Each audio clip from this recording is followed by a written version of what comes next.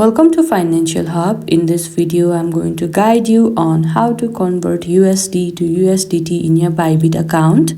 For that, make sure you already have the application on your device and you are logged into your account. Now, note down one thing that you need to verify your account to deposit and trade. Now, firstly, we will be landed to this home page, and at there you can see the option of more. You need to tap over there. Now you will be led to this kind of interface, and at the second you can see the option buy crypto. You need to tap over there. Again, here you can see the option buy crypto. Simply tap over there. Now here firstly you need to tap on this option in order to convert USD to USDT. Now here at the search bar you can simply search USD. Now tap on it. Now enter the balance that you want to convert to USDT.